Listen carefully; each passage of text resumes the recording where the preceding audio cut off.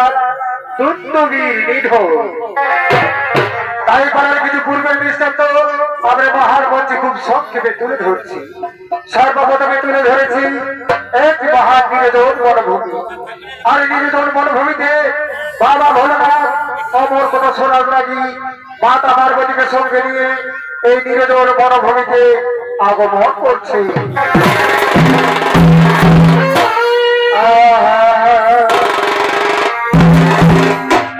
চলে হরা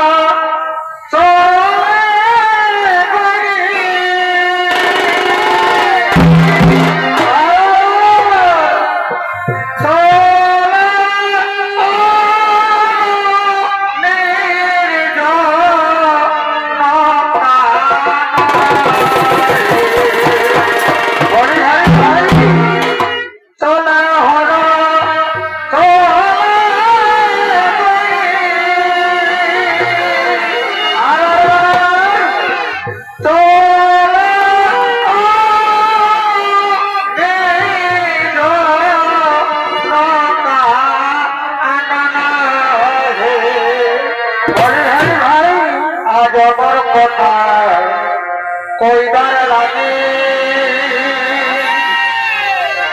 এই করিছে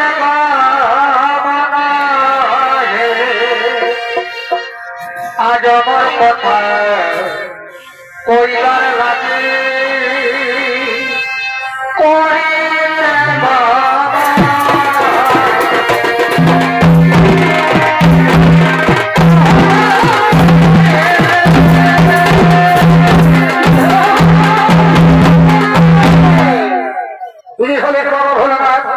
সঙ্গে মাতা পার্বতী। তাই বাবা ভোলানাথের ভূমিকায় অংশ নিয়ে এই মহান মন্দিরকে অভিনয় করে দেখাবেন উত্তম কুমার মাহাতো এবং মাতা পার্বতীর ভূমিকায় অংশ নিয়ে নৃত্য পরিবেশন করে দেখাবেন তারই প্রিয় সাথী রাধানাথ মাহাতো।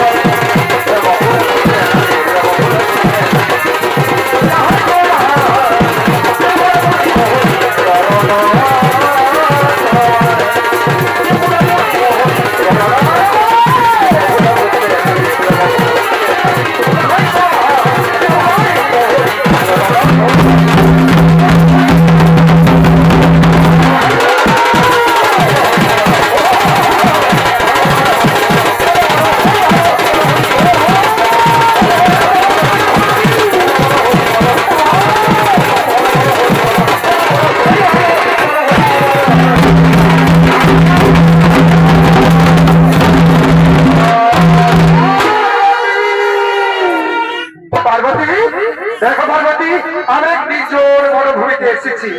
আর নির্জন বনভূমিতে এসেছি কেন জানো পার্বতী? আজ আমি তোমায় অমর কথা শোনাবো। কিন্তু না পার্বতী না, তার আগে তোমাকে চারিদিক ঘুরে দেখতে হবে। এই স্থানে যেন কোনো জীব জন্তু এমনকি কোনো পশু পক্ষী পর্যন্ত না থাকে। আর যদি এখানে কোনো জীব জন্তু থাকে তাহলে কিন্তু অমর কথা শোনা যাবে না পার্বতী, তাহলে কিন্তু অমর কথা শোনা যাবে না। স্বামী তুমি ঠিকই বলেছো, যাতে আমাদের অমর কথা কেউ শুনতে না পায় তার জন্য যাও তুমি ওদিকটা পরিদর্শন করে এসো, আর আমি আমি এই দিকটা পরিদর্শন করি।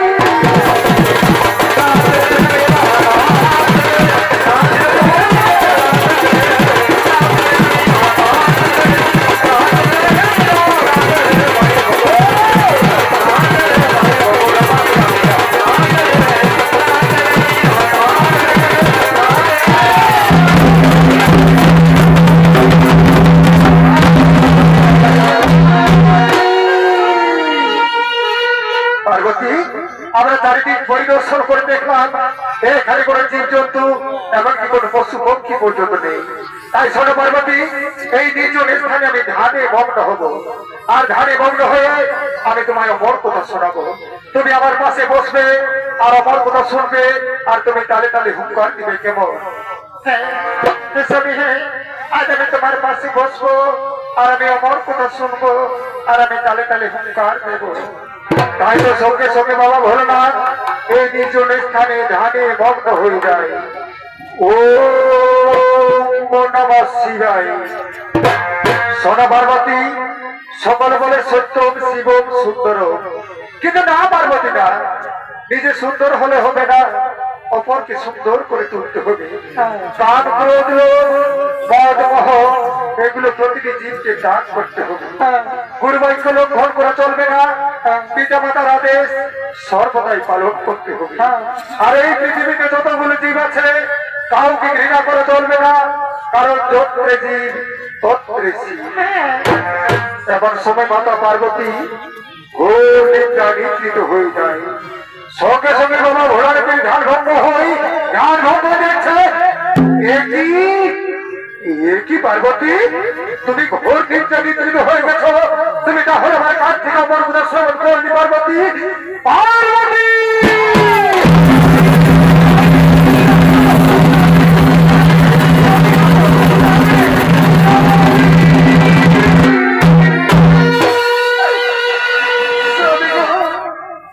আমি ঘোর নিদ্রা নিদ্রিত হয়ে গেছি স্বামী, তাই আমি তোমার কাছ থেকে অমর কথা শুনতে পাইনি স্বামী।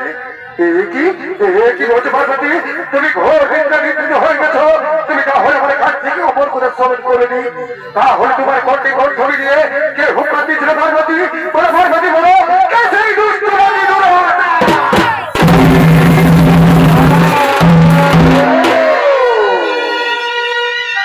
এই দুষ্টু টিয়া পাখি, এই দুষ্টু টিয়া পাখি তোমার কণ্ঠে কণ্ঠ মিলিয়ে হুঙ্কার দিয়েছে।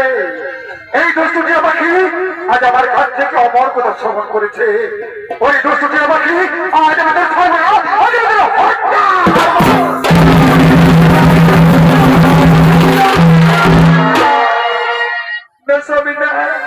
এই পাখিকে তুমি হত্যা করো না, কারণ তুমি এটা বললে যত্রে জীব তত্রে শিব, তাই তুমি কেমন করে টিয়া পাখিকে হত্যা করবে? না পার্বতী না, তুমি আমার ভাত খাইয়ে না পার্বতী। এই দুষ্টু টিয়া পাখি আজ আমার কাছ থেকে অমর কথা শ্রবণ করছে, তাই তাকে আমি ছাড়বো না, তাকে আমি হত্যা।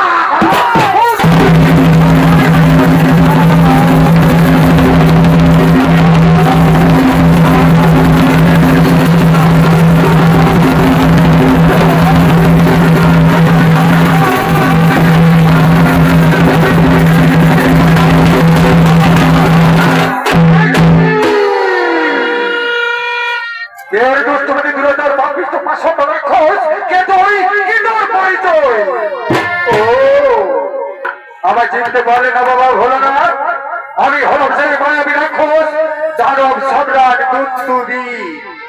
ওই দুন্দুবি তোর মানে বড় হোকার, এত ভার বেড়েছে তো। আজ পার্বতীকে মায়া আরেকটা নিয়ন্ত্রিত করে, আজ টিয়া পাখি রূপ ধারণ করে আমার কাছ থেকে অমর কথা শ্রবণ করেছিস, তাই তুই আমার কল্যাণ করেছিস। কিন্তু দুন্দুবি মনে রাখিস, একদিন এই পার্বতী ভক্তি তোর মৃত্যু হবে। ওই দুষ্টমি দুরতার পাপিষ্ঠ কুলঙ্গার আমি হলাম দেবাদিদেব মহাদেব, আমি এই ধরে দিলাম, আমি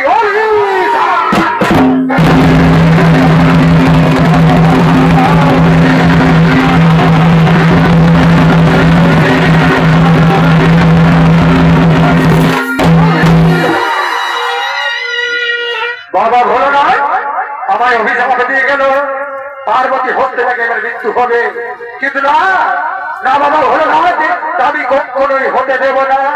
কারণ আমি ছড়ে বলে কৌশলে আজ আমি তোমার কাছ থেকে অমরকুত শ্রবণ করেছি, তাই আমি বরত্ব লাভ করেছি। আজ আমি এই শুভ সংবাদ আমি জানাবো আমার পিতার কাছে, তাই আমি ছড়ে যাবো আমার পিতার কাছে। কোথায় কোথায়